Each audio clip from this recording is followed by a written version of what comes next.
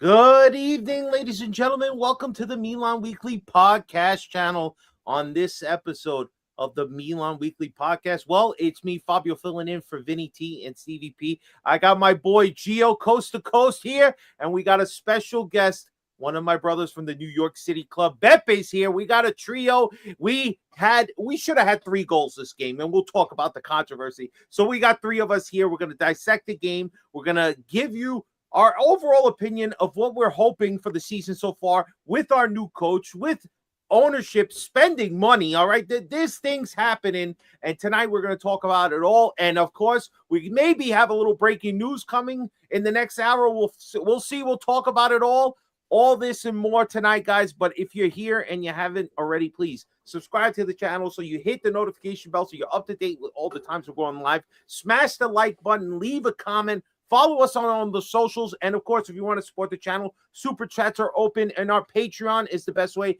to become a part of the Patreon family and support the channel. Guys, we're back.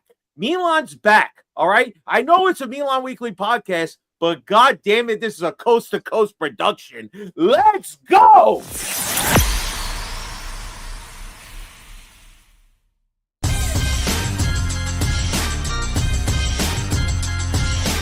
Milan Weekly Podcast presents Milan Coast to Coast with your host, Gio and Fabio.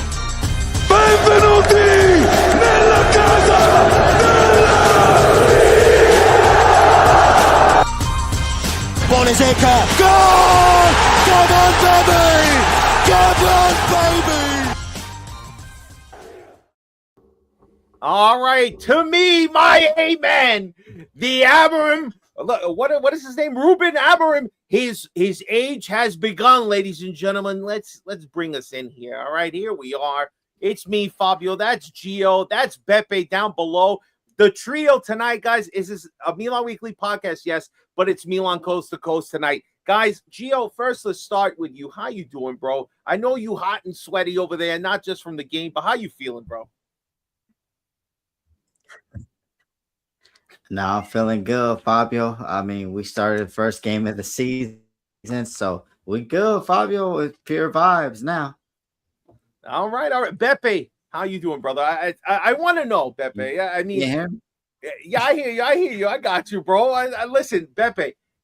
How are you feeling, man? Welcome back. I know it's been months since we got to talk about Milan, but how are you doing, bro? I'm good. I'm happy the season's back. All right. He's a little reserved right now. Although, I'm happy, obviously, the 3 points, but some of us, we need to fucking relax because we're getting... I'm getting ahead of ourselves? I'm hearing crazy things after 90 minutes, but let's... Well, there was a lot of craziness in this one, but let's listen, guys, everybody out there, like I mentioned earlier, Super Chats are open, so if you want to help become a part of the show, leave a comment, and we will read it when it pops up. Also, listen, there's a lot going on, and if you haven't, please subscribe already. But let's get into it. Torino 1, Milan 2. We should have had more. Let's go through the game really quickly. And I have to say, man, Ruben's tenure, I think it started on the right foot because you want to get a victory. That's all that matters, right? But we're still a work in progress. We really are.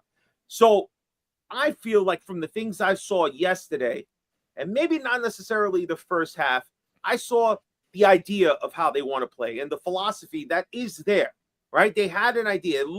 This wasn't Allegri ball. Cortumuso has been retired for us, all right? But despite that, the first half, and a couple of times, Pepe, I had to say, me and Remo looked at each other and we're like, with the exception of a few moments with Chukwueze looking pretty solid, damn, this is a pretty boring first half. Did you not kind of feel the same way when you were watching a little bit? Oh, of course. I mean, but that's just Milan, no matter what. I mean, the players are still the same. Not that much has changed. But we did see a difference with the coach. That we got to be honest. Whether it's going to continue, that we don't know. But we definitely saw a difference. This is definitely not Allegri ball. No. Like we got used to last year. That's pretty obvious. We saw that. And like I mentioned, Chukwueze, he gets a nice run between players, probably in the 90th minute. And just before that, right, we start off the beginning. Let me not glaze over this because this kid was fantastic this game, and he almost got a goal 2 minutes in. Chukwueze puts a nice pass, and Cisse almost gets a good shot on, but he's a little too far away and gets it kind of into the side of the net there.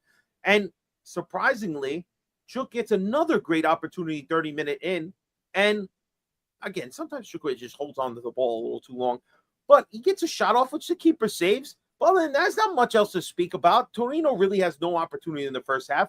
It's when we get to the second half, there's a bit of a nervy moment. There's a set piece. Again, this is the only thing that would get me a little worried because we saw it in the preseason.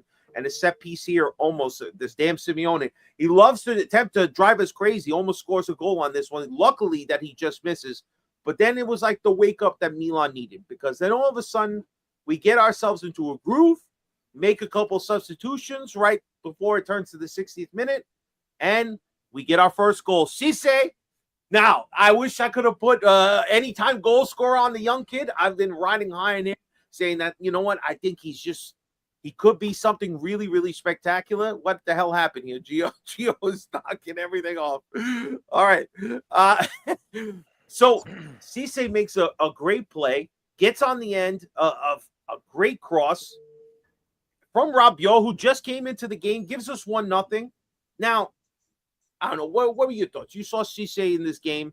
You obviously starting over players like Pulisic, who's not healthy, and being that left 10. What were your thoughts, Pepe, on Cisse this game so far, especially scoring the first goal?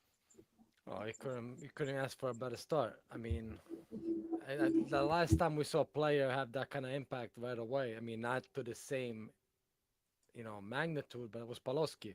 I don't know if you remember Paloski. Yes, he scored in less than 1 minute into his 18 seconds in. But other than that, I mean, this kid looks like the real deal, not just for Milan, for the national team as well. He's been talking. They've been talking this kid up for a while. The difference is this kid found the goal that Kamar hasn't really found with Milan. No. I mean, but again, I felt he's had a lot of upside, and I was happy to see that the coach, he did kind of reward the guys that he had faith in the preseason. And this guy, I thought, hey, don't send him out. I know he was at City of B last year at Catanzaro, and you know when he had a pretty good season, I believe, until he got hurt, in which then Liberali got in. And by the way, I heard on the radio this morning, everybody's been pronouncing his name wrong, and they've been writing his name wrong. There is no apostrophe or like accento on the E. His name is Cease. It's not Cease? Cease and desist, bro. Yeah, Cease. I guess that's his name. So there's no little thing. Even though Milan has made that mistake as well, so I guess they don't want him. They don't want to make him sound too French. I thought he was French, honestly. When we were talking and somebody told me he was Italian, I was like, get the fuck out of here. I had to go Google it and make sure. And then 100% right. I was like, all right, Italy International. All right, G, obviously Rabiot comes in, makes a play, gets the assist, and then gets on the end of a Chukwueze cross to get us to 2-0. Before we even get there, I'd be remiss because I totally glazed over it. Cisse gets a penalty that, can somebody fucking explain to me in what world, when VAR looks at it, calls it a corner? Now, G, you saw the hand stretched out.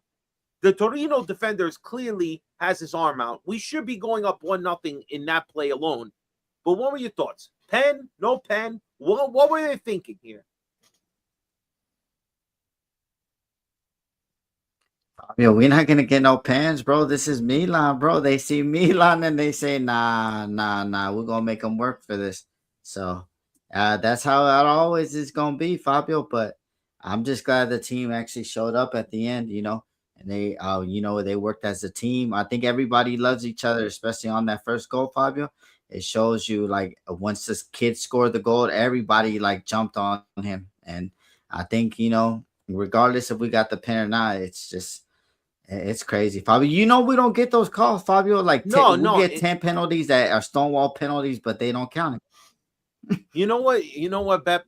I don't know if Pachi was trying to be like funny about it, but he picked up a picture of Marotta and kind of hovered it around the television, and then we didn't get the penalty. I was like, fucking Pachi, why'd you even bring him out? Like, we don't need the extra stress, but how do they not give us a pen? Come on. How do they not give us a pen? Even looking at the VAR. I keep saying that at this point, I'm content with them getting rid of VAR altogether because if I gotta watch games with the technology available to us and then see shit like this, I'd rather not fucking watch it. I mean, I'd rather not have it in the game because it's more annoying than anything else. Like makes and there's no sense how No something like sense. that. At least go look at it. And the best is sometimes they go look at it and they fuck it up even more.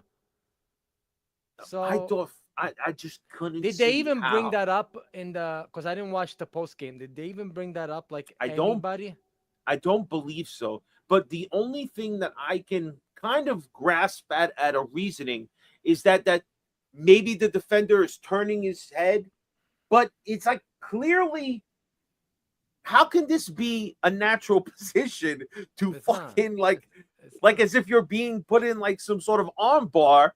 So that your arm is so So extended then you know what out. you do? Then you know what you do? Go to the monitor, come there, give me a bullshit explanation. At least you give me a bullshit explanation. But that's the problem. They don't want to give you a bullshit explanation because they'll get exposed.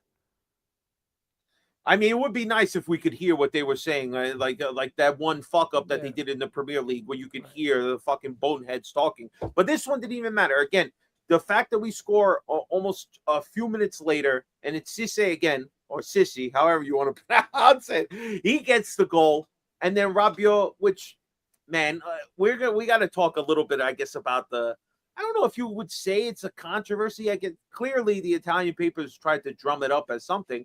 But you see a guy like Rabiot, who won, everybody immediately writed him off that he's going to leave us. Like he has got no loyalty to any of his clubs, right? He's going to follow his father, Max, around, and he immediately was going to be a Napoli player, right? As soon as we saw Max leave. But this guy comes back. Maybe he stayed a little long on vacation, but you saw he played every fucking game for France. Starter still there. And a lot of these guys just one of the players that we should have never even kind of had this idea of letting him go is Rabiot. And you see immediately with an assist and a goal, he is vital, 100% vital to this team. And if anybody in the midfield is a lock, I know everybody says Modric is a lock, or they go back to Jashari, but Rabiot is the lock. And he came in for Loftus-Cheek and looked really, really good. So to me, I was very happy in that. And again, their goal, despite we had another moment that was very nervous. Like I want to say in the 70th or 80th minute, but then Adam scores a wonder goal. I mean, a fucking miraculous goal that if this guy was given 30 more chances, he does not get it on. He doesn't get it on net, and he scores a wonder goal, and you got to just tip your hat to him. But after that, 2-1, I mean, again, it's nice to have a game where you feel like the team really had it on lock for the most part. Once that second half started and we got into our groove, and that 6 minutes where we really turned the game around, it was smooth sailing. So it was a pleasant thing to see. But let's get into the report card. We're going to get into the part that now where we're going to kind of talk about who individually did really well, and we'll save the coach for the end. All right, let's start. We'll start with you, Pepe. Mike, you know the deal. A, B, C, D, F. Mike doesn't really have much to do. I can't remember one save, to be honest. So I'm having him at a C. But what's your overall grade? No, I would agree. I was thinking of C regardless. G, what do you think about Mike? Gio, you're on mad delay here. What's happening with this McDonald's Wi-Fi? No, Fabio, my bad. Magic ain't doing nothing, bro. He just look ugly in that pink outfit, bro. He look like a pink flamingo, bro. All right, so C all around. All right, so let's go to our new defender. Pronounced Gila, spelled Gila, whatever you want to call him. Mario, right? I believe is his first name. The guy that we got from Lazio played that right side of our back trio. So, G, what was your grade for him? How did you look the first game here? I like Gila, man, but I think that Fabio, you know what's gonna be our downfall this year Pavlovich and Gila, they go up 2-up. Gila up like a number 9 too. We can't have two Pavloviches up on the field, but he was making those passes though, Fabio. So I'm gonna just give him a B, Fabio. Giving him a Gila, B. I All like right. him, and he's made out of and he's tough as nails, Fabio. You know what? His durability is the only thing that scares me. You're saying B. All right, Bep, what's your thoughts on the new guy? How'd you think he did? I would definitely give him a B because also I don't know if you saw there was the fiery a video that where he got like fucking hyped.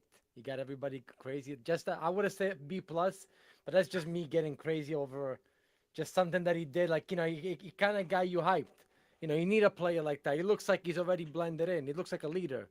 I like it. So I I agree. like him. So, but B is fair. B is fair. I think, yeah, I think you guys are right. I was skewing a little lower just because I don't know. I thought, again, I'm worried about his durability, but overall in this game, B seems like a fair grade.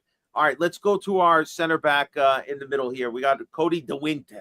DeWinter has come, and he's here filling in for Gabia. What were your thoughts, Pepe, on DeWinter? I'm always skewing very low, but the FOTMob has him at the highest rating here of the center But to back. be honest, he didn't have a bad game. Yes, he didn't have a bad game, but for some reason, I just feel like he always looks, I don't know, he makes me nervous. He seems very nervy back there, and he's always like one step from making a mistake. Give him a C plus, just to be. All right, so you're saying C. I feel like I want to give him a, you know what? It's probably, yeah, C might be a little harsh to some people, but I feel it's right. G, do you have a difference of opinion on Cody DeWinter's game here? Nah, Fabio, it's a C. He got burned like 2-3 times, remember? Fabio, and Yeah, then when that's what I mean. He looks NG shaky, came, bro. ooh, he burned him, Fabio. All right, He so started melting like Olaf. oh, not Olaf. All right, let's go to Pavlovich now. So Pavlovich, I believe Pavlovich has a moment like very early in the game that he looks a little sus. Every once in a while, Pavlovich went to Turkey, Fabio. He went to Turkey. Oh, he got that hair done? Is that what you mean? Hey man, his thing was receding now that he got that fade. Him and Chalanoglu got a 2-for-1 special. So did Chalanoglu's wife. All right, so we're gonna go with C. Do we, or we think anything better? What are your thoughts, No, Pepe? And we're gonna Pavlovich. That C is fair too. Yeah, again, the defense didn't do enough. Yes, we gave up a goal. It would have been nice if we got to keep a clean sheet, but there weren't that many opportunities from Torino. We were very scared that Abate was going to get this team kind of going, and it just didn't really happen. There was a couple of nervy moments. Again, our worst moment is a set piece that really could have burned us, and then the wonder goal at the end, which nobody can do anything about. Now, FOTMob is on fucking drugs, guys. They gave Estupinian a 7.5. What game were they watching? I can't take Estupinian, but Pepe, what's your grade on Estupinian from I don't know how this motherfucker managed to become a starter. Again. The guy should have been the first one gone. First game of the year, he's a starter. Go fucking figure that out. But D? D? I think D is fair. Again, D. I'm getting sick and tired of seeing this motherfucker. And I kept saying this, I believe, to Steve. Like, how could it be possible that you're a professional and your right foot is non-existent? You don't even use it ever. Everything is the left foot, and majority of the time he's passing back. He's passing back. He does not fucking know how to go forward. I don't know. I really am. I've lost my thoughts on Estupinian. G, does this Ecuadorian, is he ever going to find any form? What are your thoughts on him from yesterday? I would give him an E because Amarin's still evaluating him. I don't know what type of drugs Amarin is on, but he's still evaluating. Purvis, I need you. He said no to Aston Villa. Fabio, we could have got like 20 mil for Purvis. Yeah, I don't understand how we didn't get rid of him, but they have him at 7.5. Crazy. All right, so let's go to our midfield now. All right, because this midfield, there's stuff to talk about here before we get to the right side. But let's talk about Musa, shall we? Let's start there. G, I don't know where you've stood in regards of thinking Musa that he was gone. He wasn't going to be in our future. We were hoping Atalanta was going to maybe get crazy and keep him, but that didn't happen. And here he is back in the team and actually looking kind of solid. So what's your grade on Musa from yesterday? I'm gonna give him a B, Fabio. Remember, he pinged that ball to Chukwueze. He did the bing bing, and then Chukwueze assist to Rabiot. So I gotta give me a Musa a B, Fabio. He did his job. Listen, he did his job. Pepe, See? Yeah, I agree. I'm surprised. I was pleasantly surprised. But what were your thoughts on Musa's game yesterday? I give him a B too. I still want him gone. You still want him gone? You don't believe the hype after the one game? One game. One game. I mean, I thought we'd give him a little more flowers. Jesus Christ. I gave him a flower, a B. The fuck? That doesn't mean now after a game, what happened? We get stuck with him? Come on. You know how many people got to leave? Him, Kunku, fucking Tomori, Fofana. Everybody's got to go. I'm still hoping that they clean house a little bit and, replenish, but I don't know. All right, so let's go. I have Musa at a B. Definitely pleasantly surprised. But let's go Chook. I don't know, Beb. We saw him perform at Yankee Stadium. He loves the summertime. I just don't know if he could do it as soon as the clock changes to September and on. That's what makes me nervous. But what were your thoughts on Chook? Again, looking good in preseason, starting, looking pretty solid. Yeah. Chook in August is like Aaron Judge the rest of the year, but the moment that calendar goes to October, Judge is gone. So that's Chukwueze is. Well, as soon as we get to September, October, you see what happens. But I liked it. You can't deny that he was, and I think he's been like this all summer. That's why Amorim wanted to keep him around. So, with him on that wing, it's a good alternative for Pulisic. Yeah, but but also too, we have other guys. It doesn't seem like Pulisic. They're looking at Pulisic for that particular spot, but he's being utilized in a way that I don't think any of us thought he could be used, and he's been somewhat successful defensively. I think we're still going to have to see when they play a better quality against them. Also, don't forget this year it's not like last year. We're playing on in the Europa League too. Yeah, it may not be much, but it's still another competition. So you need a bigger roster, I guess. Maybe that's why somebody like that. It's always good to have around. You're not playing once a week anymore. Maybe Chuck got the Gambia effect. Gets sent away to another club, go to another country. You play kind of well there, right? Everybody thought Fulham was going to probably keep him. They don't, for whatever reason, or that maybe Milan just said no. And now he's back. In the first game, he looks solid. Gee, is there a Gambia effect happening here? Do you buy him to the new Chukwueze here at Milan, or is this like kind of what I'm saying? Is a summer delight? In the fall, he'll wilt like a fucking leaf on the tree. You love I him? don't know, Fabio. Yeah. I think before, huh? No, go ahead. They used to miss a lot of his assists, Fabio, and this. Yeah.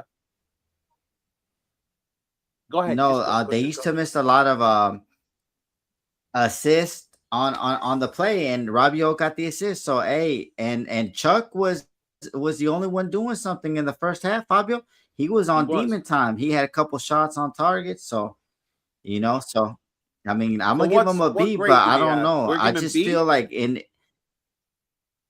B for Chuck. All right, so we're all B, I think, on Chukwueze. Good enough to get himself on the score sheet with an assist. Looking good, though. I hope Chukwueze keeps it up. Let's go to the front three. We'll start with Loftus-Cheek because this is – how many times are we going to do this, Pepe? What are we doing with Loftus-Cheek? I mean, maybe he scores a goal in the preseason, but then he gives you nothing really in 55 minutes to talk about.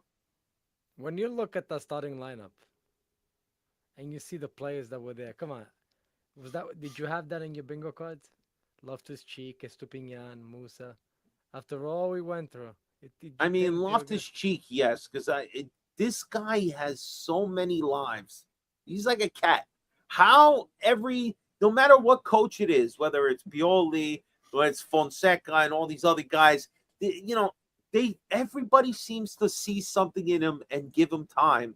But honestly, I don't see it. I have Loftus-Cheek as maybe a C, just for the fact that he had a nice little kind of 1-2 with Chukwueze on that side, and Chukwueze was doing the majority of the work, but not enough to warrant another start. Like, he should be a bench player. But what are your thoughts, G?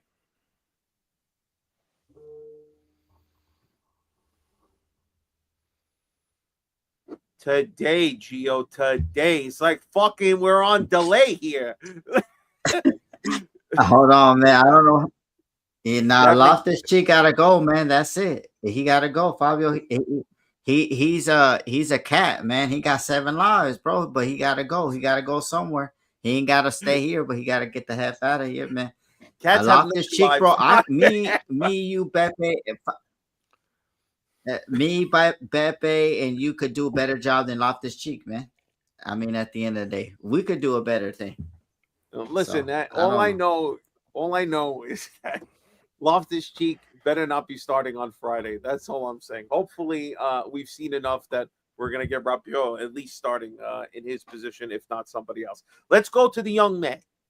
Now, young Italian Sissi, whatever you want to pronounce it, as soon as I saw them sign this guy last year, I just said, watching a couple of his highlights, seeing his kind of style, the way he likes to take on people one-on-one, I was like, here's a guy that if you just give him some time, I felt like this could be a replacement for Leao. This could be some guy that maybe we're looking at for the next 5-6 years as our left wing attacking from that side. I just thought he was dynamic in a way and young that it could develop and flourish into something great. And the fact that the first game he gets on the score sheet is phenomenal. To me, I have him at an A just because he's so young. His first game, his first professional game for Milan, and he's out there and he scores a goal. That's an A for me. What are your thoughts, Pepe, on the young guy? I'm so scared that they're gonna fucking ruin this player. How? They already did good so far. I'm happy. You know what it is? I'm so used to seeing the bipolarism that there is in Italy, that the moment that one player like that gets one game of like a bad game, everybody crucifies you, and then you score a goal, they're already talking about maybe for the World Cup. You see how fucking psychotic we are in Italy? So that's my fear.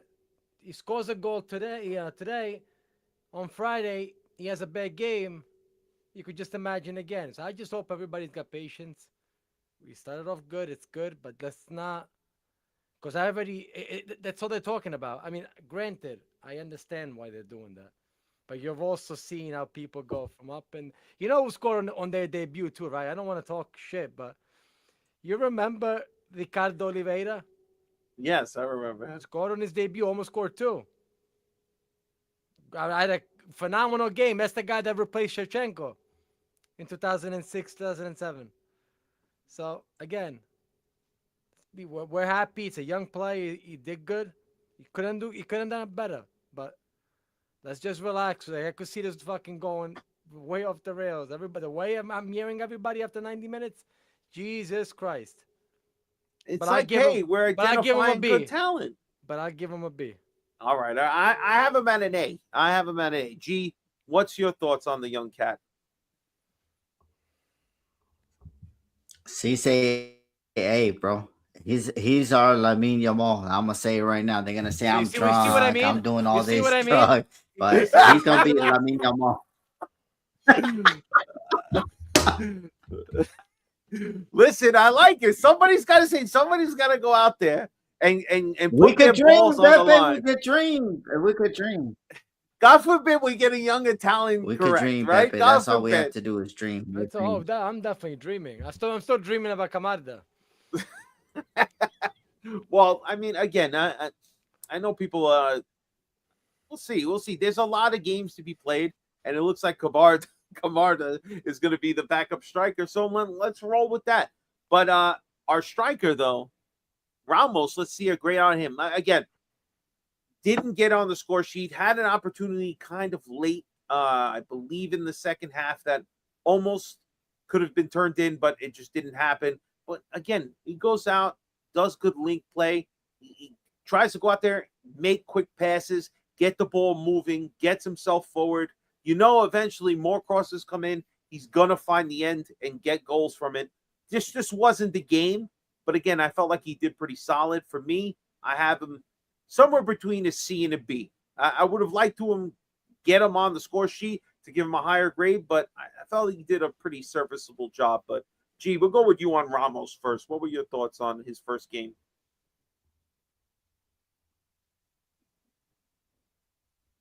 Turn your mic on. Fabio. He was yelling at CJ too, man. Instead of guiding the young kid, you over here yelling at him. Yeah, F, bro. What did he do, bro? He didn't do nothing. He was all this, bro. Yeah, F, Ramos. Go back to Portugal, bro. Before I tie you up and throw you in the trash here in the LA River. This is the bipolar fucking personality in California. I don't know what's happening. Let's get some fucking rationale here. Beppe, what were your thoughts? You see what I'm saying, though? You see, I mean, people are not wrong for wanting to see more out of Ramos, but doesn't mean that Ramos now, he's done. Send him away. Throw 80 million down the drain. It's one game. So, did he? I don't know. Did he show what he was supposed to show? No, but I'm gonna give him a C minus. All right, C is fair. Again, just kind of average because he got people involved, but that's not what he's there for. He's not there to get others involved. He's there more to be the centerpiece. I understand what people are talking about, but again, Cease is gonna be fucking Maradona, and Gonzalo Ramos is fucking Emanuelson. So you understand what I'm trying to say? You know, that's the bipolarism. Yeah, well, this is crazy, but I would just say people seem to like they're gonna hang their hat on the price tag. Price tag is as if they're fucking paying for that money. Yeah, exactly. Like again, this is one of the things we all knew. You keep nickel and diming around the $20-30 million. You're gonna keep looking at these guys that you hope are big time performers, and then they seem to fizzle out. You finally spend money from a guy who's just maybe can't get starting time because he's behind such insane talent at PSG that he's going to come over here and say, all right, they look pretty good in preseason. This one game, couldn't find the end of it. But again, the other guys around shine. To me, I think it's harsh to think this guy's a bum, this, that. You remember at the World Cup when he scored that goal? Yes. We were excited. How hyped everybody got. It's a fucking roller coaster. It's up and down, up and down. You're gonna see. This is only August, so I'm hoping he scores between. I'm hoping he scores between 15 and 20 goals this year. I'm hoping because that's what I'm expecting. But for again, that price expecting doesn't mean I'm gonna get it. Exactly. All right, so let's go to our subs. Right. So the first subs were Modric and Rabiot. They came in, replaced Jashari and Loftus-Cheek, which, again. I know I don't know why I kept looking at saying I'm surprised Musa's still in, but he left him in. I'm right. Bartazagi eventually comes in for Stupinian. Salamakis after a while comes in for Cisse, and then Gabia comes in, makes an appearance. I think he came in for was it Gilan? Yeah, at the end, or De Winter. I can't remember who he came in, but Gabia did make an appearance. But let's just talk Modric and Rabiot. But obviously when they came in, we became kind of a stabilized. Modric is just the professional that he always is, and Rabiot shows that he is completely extremely valuable to this club, that we cannot really move forward right now this season thinking we're going to go anywhere without hoping that Rabiot really shows up the way he did last year in big spots. So what's your thoughts on Rabiot and Modric in this game? Who are you talking to? You, Bep. We'll give Gio a chance. To me, Rabiot was the player of the game. Even if Even if he came, Chukwueze, I understand what people say, but to me, that Rabiot was the player of the game. Came on and just completely just revolutionized the game. And like last year too. How many times did you miss him? Every time when he wasn't there, you saw a big loss. And the people that think that he was gonna bounce because Allegri wasn't there, last I checked, at Marseille he didn't have Allegri. So this fucking guy is not attached to his hip. It just happened a couple of times. He went to Juve and then he came to Milan. But Rabiot needs to stay. If there's a player that needs to stay on Milan, it's a guy like that. Because a guy like that could. I think he became more valuable than Pulisic. And that's saying a lot because Pulisic at one point He's the most valuable guy on the team. Yeah. I don't know what And you know what I like too? He made this comment, Pep, that I read. He said that the way the last season ended off and the way they kind of missed out on the Champions League and limped out to the end, it like left a sour taste in his mouth. And he, as a professional, he didn't want to be looked at like he's immediately running away from the club in the situation that he was a part of as a player. Because, yeah, I mean, one of our best players the entire season, if not the best player, but one of the starting 11 that did not find a way to get it done in the last couple of games. So he feels the weight of it and wasn't trying to run away from it. And the fact that with all the controversy, played the whole World Cup, we're ready to move on for this guy. He's a fucking starter for France. This is not a guy we should be throwing away. You need people to be fiery, to be hungry.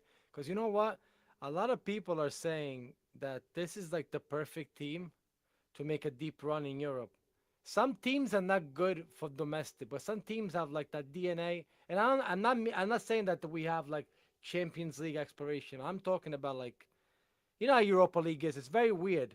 You don't always get like these crazy great teams. You always get these teams like these grinders. And this group, I know it's pretty premature, but this group has got a mixture of that those veterans and those young people that could.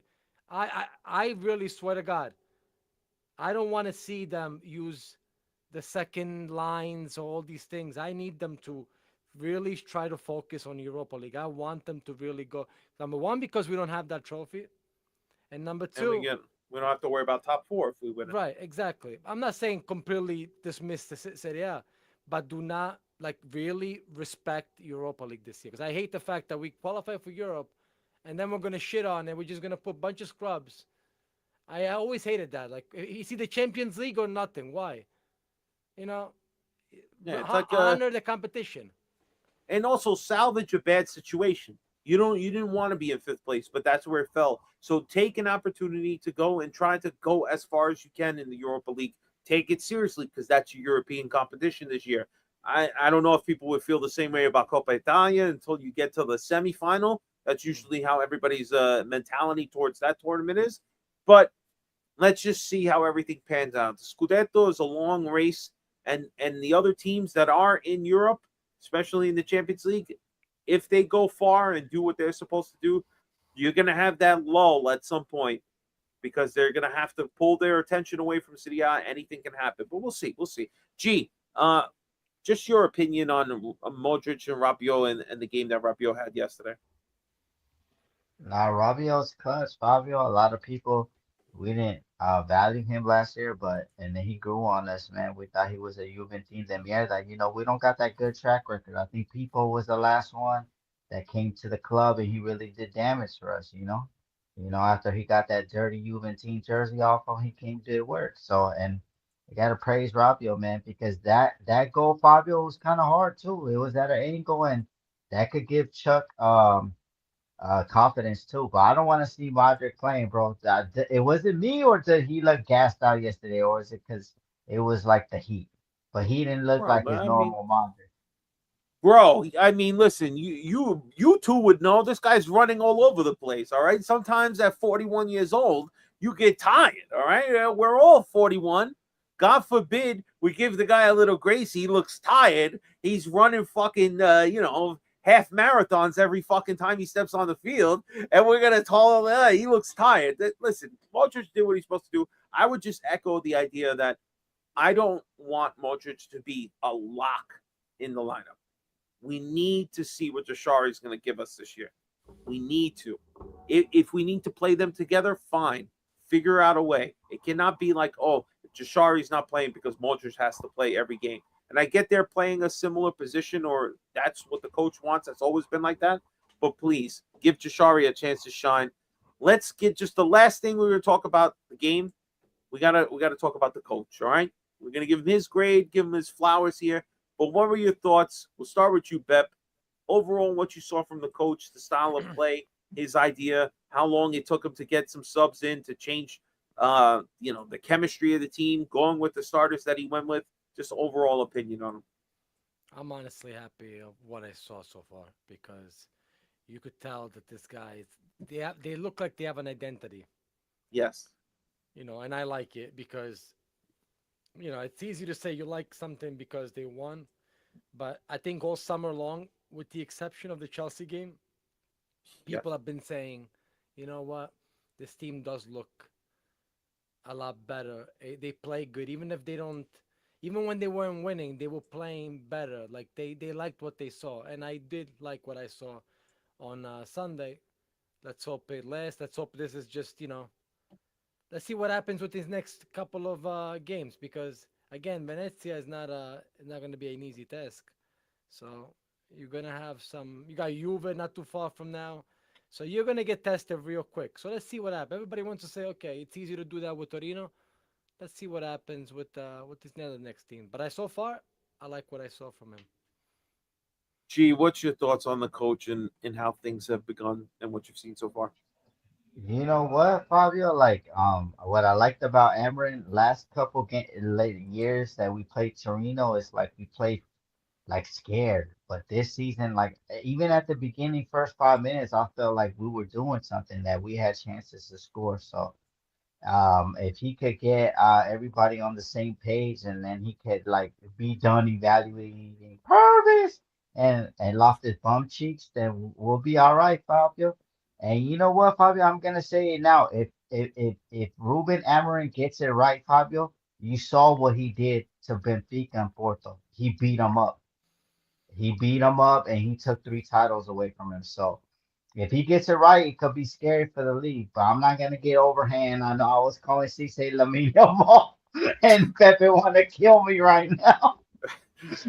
But if he gets it right, Fabio, I like his attitude, and I feel like you know what? I just feel like the team was together, and the both goals scored, like the whole team, like score, like coming to celebrate with the team, like we won the Champions League final and stuff like that. So I think if he gets him to jail, Fabio, we could get Champions League and maybe we get 2 trophies, maybe a Coppa Italia and a Europa League. Hey, that's a successful season. I think if we pull in any trophy whatsoever, it's a successful season. But obviously, do not miss out on Champions League. You have to finish in top 4.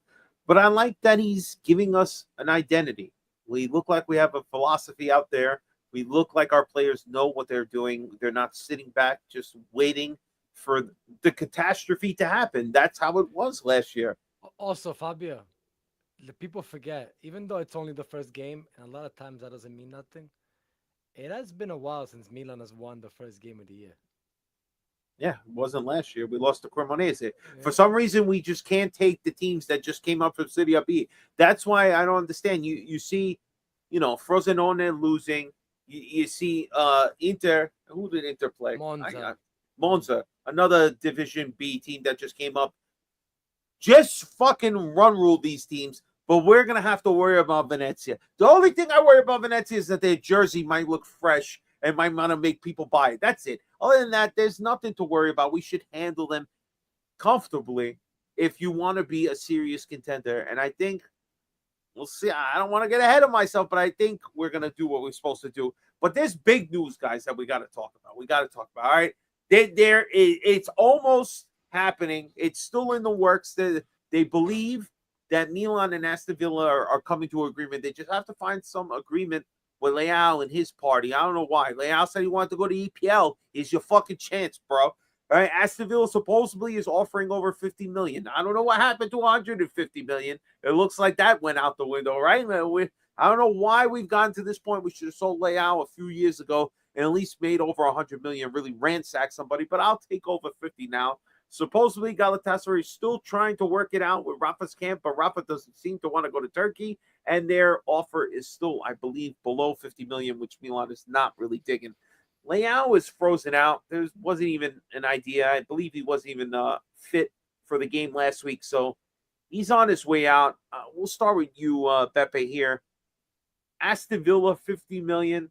I mean, at this point, we'll just pull the trigger if it even happens, right? Bye-bye. He could go back. He could go to a fucking team that's perfect for him. He became a villain. He could go to the villains. He could go to Aston Villa. That's what they're called, the villains. Goodbye, because he made himself to. There's nobody else to blame for how he's leaving this club but him. He's too busy worried about his fucking music, being lazy, dragging his feet. Once in a while, he showed his flesh. I think that's what pissed people off the most, when he showed the flashes of brilliance. Because if you suck, you suck. You know, if you're like, poor thing, Castillejo, it is what he was. We love him, but we knew he sucked. That was the end of it. It was what it was. We knew it, but this guy is actually good. You know, but what's funny is when we came back from Football Factory, we were in the car, me, Franco, Rimo, and everybody else. And I turned around on the right back. I said to everybody, it's like, yo, do you guys think that Leao is ever going to get better than what he is now? Probably not. That's what they all told me. Probably not. It's like, oh, maybe we should get rid of, and it was tough to say if we should get rid of him, because in our minds, okay, we won the Scudetto this year. Next year, we're going to try to go deeper in the Champions League, which ironically we did, even though we didn't play that good. And that's what I think the peak of Leao was that game, the quarterfinal against Napoli. Yeah. He was out of his mind. But after that, I've yet to see that Leao from that era. And that's been maybe that game against PSG, that I believe was the next Champions League season. Yeah, but that game he looked pretty good. One game. Yeah, exactly, one game. But that's all you got with Leao. You got one game, and then 8 or 9 he disappeared. That unfortunately, that's how it is. But 50 million for a guy that was being evaluated for 150 million, and I mean, it's a shame, but I lost all sympathy for Leao. I used to be a defender of Leao because I thought, hey, of this roster of what seemed like maybe 4 or 5 guys that were good, he was one of them. One of the guys that was one of the catalysts to getting us the Scudetto in 2022. It felt wrong to kind of want to throw him away so quickly. But then when I think back, I think, damn, man, Scudetto was 2021, 2022. We're at 2026 now. This guy came in 2019. I saw him warming up. The only Milan game I've ever gone to the San Siro. I remember telling my wife, oh, you see that kid there? Milan just bought him, this and that. And like, how many players stick around for 7, 8 years and they really like keep getting better and better and better and better? Only like real world-class legends of a club do that. And he hasn't been that. He hasn't been that since 2023. And he's been progressively getting worse. And the thing that really made me ship him out, in my mind, is how dare you in the offseason publicly go and tell people that you want to leave. That is so unprofessional, and you put your club in a position where we can't get the most for you. Now everybody knows you want to leave. So we're in a hole because of you. If you wanted to leave, you tell it privately.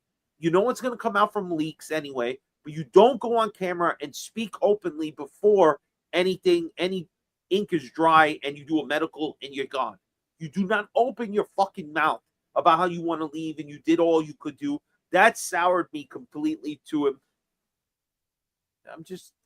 I couldn't be happier to see him go now. But it's a sad thing, G, right? Because nobody's coming knocking. Aston Villa had to have a really bad first week in the EPL. That now they're desperately looking for a player, and Leao might be fitting into that category because they need to find somebody. So, your thoughts on Leao, bro? Gio. Are you frozen? Gio's frozen. Gio's frozen. He got frozen out just like Leao. Very nice. Listen, if it happens and it's true, 50 million, bon voyage, Leao. I hope you packed your luggage already. You're going to drop a new English album, you and I Show Speed. See you later, bro. Honestly, McDonald's Wi-Fi is running rampant in California. But you know what? Let's move on. Let's move on because we're almost towards the end of our show here, Pepe. And to see this is why I needed you tonight, Pepe. My partner is swimming in heat and his internet is falling all over the place.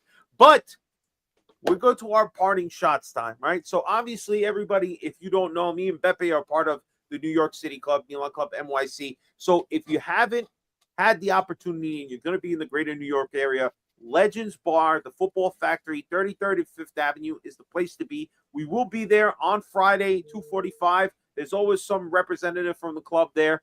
It's a great experience. Go through, come meet up. And also, obviously, the next week, big game against Juventus. We share the club with the Juventus club. I know you might not really know it if you've ever gone to see a Juventus game because the fans don't show up. I don't know, baby. I don't know. But it's a derby for us in the bar. So come out.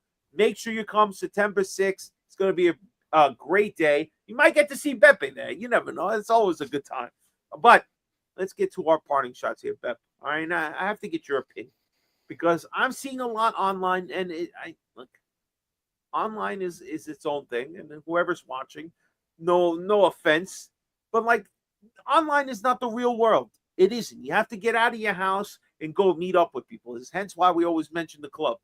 But guys, are we fans of Milan? Are we fans of Milan? Right? You're a part of a club. We go out, we meet up. As much as we all love and see each other, right? Love to see Remo, Franco, and everybody else. But if Milan loses on the fucking screen, we're all going to be miserable. We'll just be miserable together, right? But the idea is that were people fucking Silvio Berlusconi fans? Is that what it was? Because everybody is still seemingly, to me, there's like a segment of our fan base, and I hate to bring too much light to them, but it's been driving me crazy. Guys, nobody likes Jerry Cardinale, all right? No, nobody is pro Jerry. You know, nobody was like a George Steinbrenner fan, all right? Nobody gives a shit about who the ownership is. You know when you care? When your team's not doing well. But when they're doing well, nobody has anything to say. So how in people's right mind, Pepe, do we have to be so miserable on the first game where you get the 3 points? You have an owner who seems to finally say, all right, I'll spend money.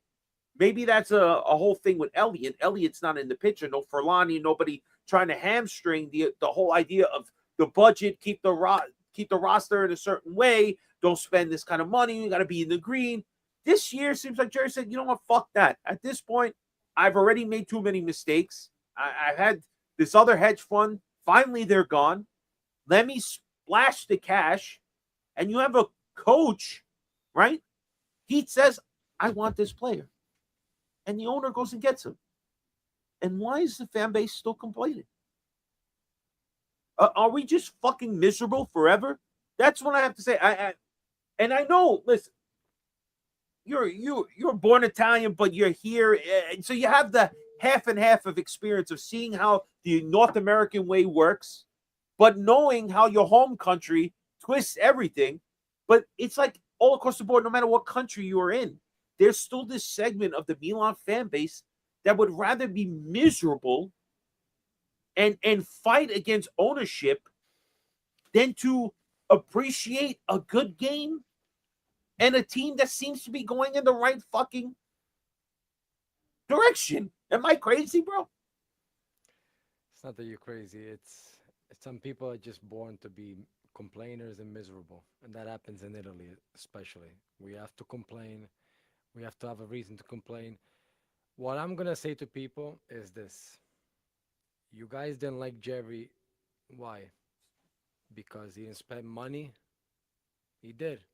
So the next thing is gonna be, well, he doesn't know how to spend it. Well, you don't know yet because you haven't seen what Gonzalo Ramos is gonna do. You haven't seen what Moreira is gonna be. You haven't seen what Gila is gonna be. But does he make mistakes? Of course, but he's trying to rectify them. Another problem that people have with him is, oh, he's never around. How can you, how can you be the owner of a team in Italy? You have to be present. Well, last I checked, he's been there. I mean, I don't know if he's gonna stick around, but he's been there for the last 2 3 months. Where the fuck has Ibra been? That's a different story though. But Jetty's been there with his helicopter every five. Every he's been there. He had that nice video where he's like, Right. "Yeah, let's win." Yeah, we'll win on Sunday. Yeah. But listen, you gotta give the guy. The guy's trying now. Do I want this ownership? No, because ultimately I think I just don't like the American approach only because the American approach, and this is nothing to be anti-American. I'm not being that. I don't like the American approach because I don't like this bullshit with the. See, here there's a lot of let's blow it up. We won 2 years ago. We're good. Let's blow it up and we'll build from within. You can't. It doesn't work like that in Italy. It doesn't work like that in soccer. This is not, the Pacers getting a guy hurt. They tank the season. They get the number one pick. It's a different ball Yeah, it game. doesn't work like that. The Exactly. American culture for sports is different. So, but I do like that he's making the effort. So, again, let's give the guy time because now he's actually making the effort. Who's running the team? Is it just him? Because last I checked, nobody replaced Tare, Furlani. I don't even know. I don't know who's who again. But at least you have the main guy. He's the face, which everybody's been crying about. You wanted the face. There he is. Whether you like the face or not, he's there. You spent the money. Now your problem is you spent too much money. You see, you can never make people happy. No, but again, spending the money, it's like we just had how much time of this? Oh, we're capped at 30 million. Right. Oh, we bought 7 players, but they're all 20 million. All right, well, we spent 120 on 3 players. One was a striker, one was a center back, and Like you last know, year. come Last on. year, I won a Lookman last year. And what happened? They didn't get Lookman. I know the Inter was really more closer to them. But the money that you could have gotten Lookman for, they wasted on Nkunku. They wasted Yeah. on, Jimenez. They wasted it on fucking Fulkrug. They just a bunch of band-aids to fix a problem that you could have fixed with one guy, which I think this is what they did this year Do you with think Gonzalo at this Ramos. point there's no sporting director, which is why we're having such a hard time selling people for any real money? Well, that's because they got rid of the only guy that they should have never gotten rid of, which was Tade. Tade was a mastermind more so at selling than buying. Yes, he did a lot of he bought very cheap with Lodito Lazio and resold for big money. And I think last year he got rid of a lot of dead weight. We saw him right away. That Tade should have never been gone because there was no reason to get rid of Tade. The real people that you should have gotten rid of was Furlani. Yeah. That was really the problem. Moncada. Yeah. The problem with Furlani was, see, now I'm not understanding how some players, like the whole philosophy changed. So now you're telling me that was this just Furlani having full control of everything and Jerry just didn't never stepped in? There's something doesn't add up. I think because then that like the percentage that Elliott still were involved, I think gave Furlani this power kind of over the whole organization. In all yeah, honesty, I think but I think they were completely out by before. So like they've been out for like a good at least 6 months. I don't think they were able to remove him until the end of the season. So I No, but think what I they mean kind is, of but what I mean structure is, wise, don't even remove him. It's not about the removing. Even if he was there, if Jerry says, "Listen, we got to shake it up," you're gonna make this go through. It seemed like a lot of roadblocks came from Fulani, but yeah, again, but Jerry is your boss, so Jerry sees what's going on. Why couldn't he just remove? I understand that he did. 2 years ago in January, we went through like this little craziness when we got Joao Felix, we got Walker. We tried to like fix whatever mess we made. yeah. which is very similar to what people think is going to happen this year, that this is Fonseca 2.0 with Amorim, another Portuguese that got brought in that may not even make it to Christmas. Like everybody says, he's not going to eat the panettone. Let's see what happens. I mean, it's only been one game. Like last year we lost a game, and then we didn't lose a game for like how many months?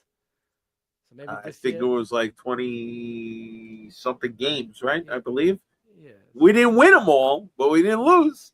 We didn't lose. So maybe this time is the other way around. We win the first game and we start fucking, we, we start tying and we start tying and losing the next few games. You don't know. No, then everybody will be on that the same bullshit of just But being again, miserable and I've had this conversation with Remo.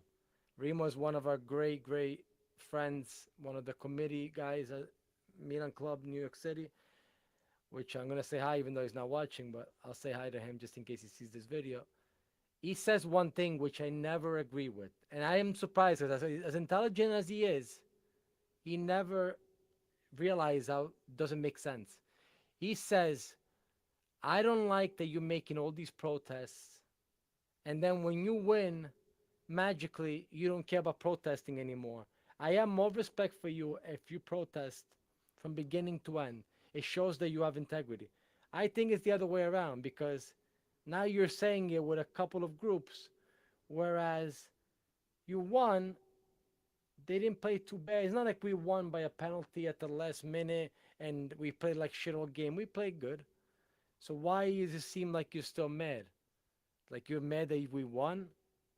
See, according to Remo says, but then you look stupid because if you don't win, then you want to complain. The moment you win, you forget about it. So I'd rather you yeah, just be like that. winning cures all. We know this. But you look like an asshole if when you're winning and everybody's happy, you're the one like this. Fuck that. I don't care. I don't care if they won. You know what it looks like? You ever watch Major League? Yes. Major League 2? Specifically 2. The guy that was also on, I believe is the guy from Vacation with the Griswolds. Shit is full. Miserable guy. The Indians win. They'll blow it in the playoffs. Oh, they'll choke somehow. Yeah, exactly. There's always guys like that.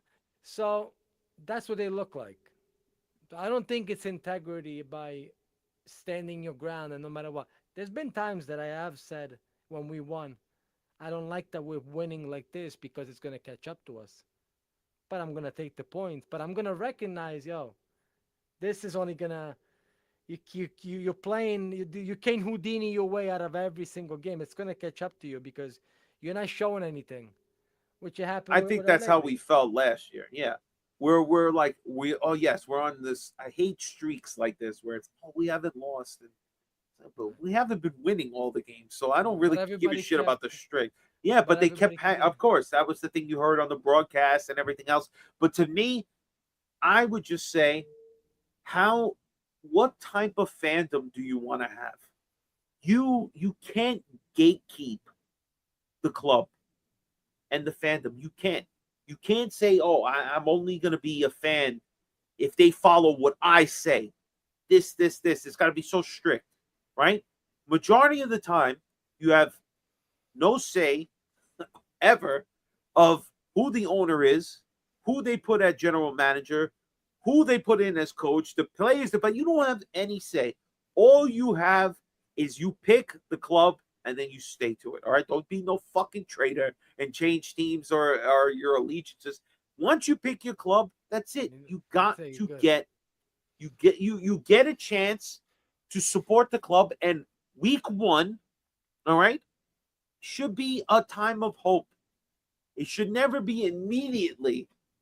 Even in a victory, you want to go back and harp on the one thing that you just can't stand.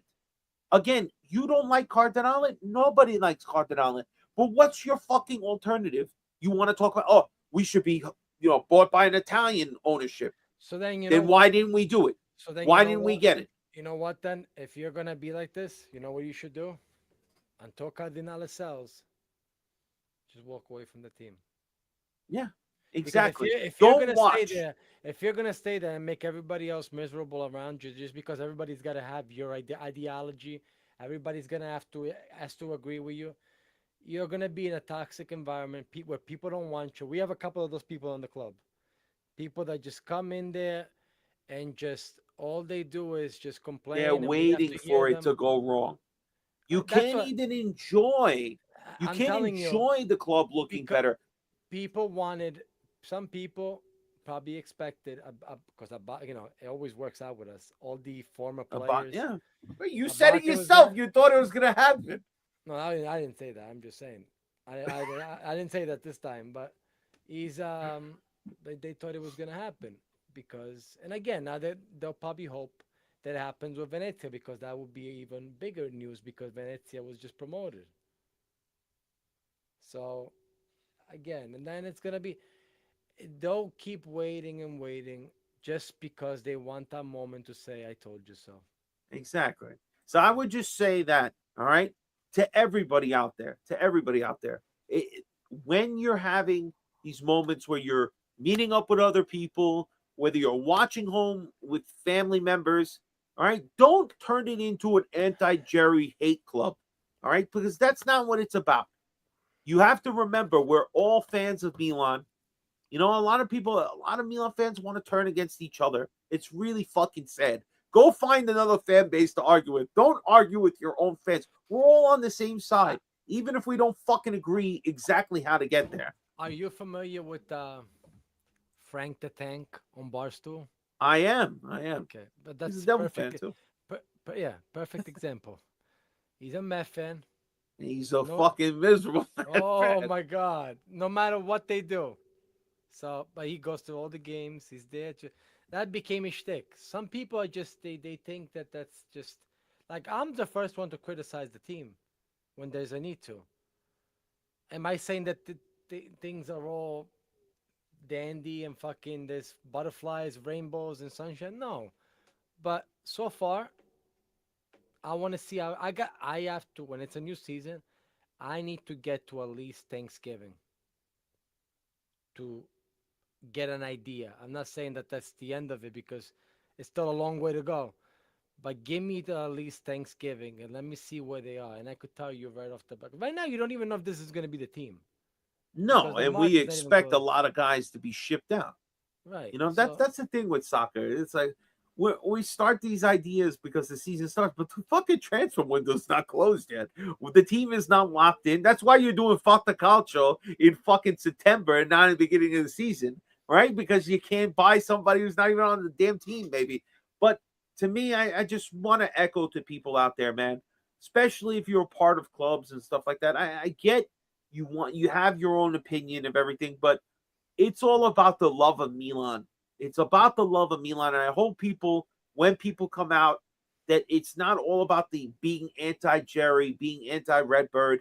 Look, like, you can't pick who your ownership is. The only thing I would say, if you feel that strongly about it and you want to stand on your moral high ground, according to you, don't watch the games. don't buy the Don't merch. watch. Don't go out. Don't buy the merch. Don't do any of it. Because if you still watch the games, but you're secretly rooting for them to do bad, you're not a real fan. I'm sorry to break this to you. You're not a real fan. You something is fucking wrong with you, and you should find a new hobby, because being a Milan fan is suffering. You suffered through the 2010s.